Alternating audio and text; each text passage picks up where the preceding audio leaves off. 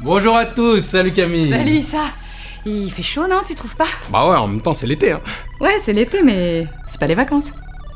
Allez hop, va te changer. Ouais, t'as raison.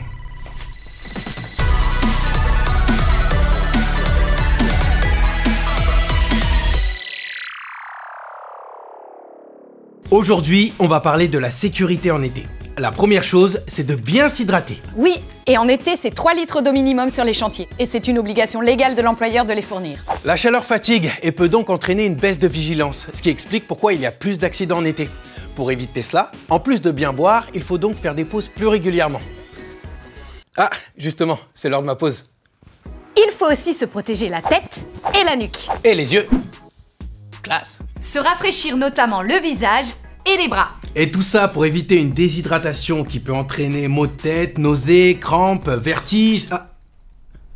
T'as déjà une nouvelle pause? Hein? Non, je dois avoir un petit problème de réglage. Ouais, qu'est-ce que je disais? Oui, les risques. Tachycardie, malaise, vomissement et dans le pire des cas, un coup de chaud qui peut entraîner une hospitalisation d'urgence. L'employeur doit prévoir des zones d'ombre et des locaux bien aérés. Ah, et d'ailleurs, quand il fait chaud, on évite l'utilisation d'appareils électroniques inutiles. Alors ça là, on débranche. Ouais, enfin là, t'as débranché la caméra quand même. Niveau planning, soyez malin. Gardez les tâches les plus physiques pour les heures les plus fraîches. Ou reportez-les à plus tard. Si possible, faites-vous aider d'une machine. Pour éviter les coups de soleil, favorisez les vêtements couvrants. Attention, pas trop serrés ni trop larges pour éviter de se coincer dans les machines. Il ne faut pas pour autant négliger les équipements de protection obligatoires, comme par exemple les chaussures de sécurité ou la combinaison de travail. La sécurité avant tout. Mais t'as encore soif toi? Non, mais en cas de grosse chaleur, il faut boire avant d'avoir soif. Ouais, enfin, c'est pas très écolo, hein. Elle aurait pu prendre une gourde quand même.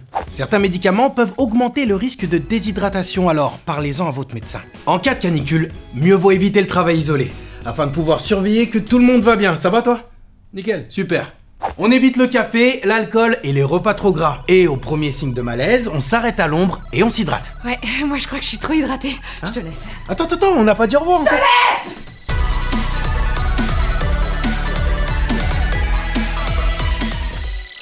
Eh ben voilà, on est quand même mieux comme ça, hein?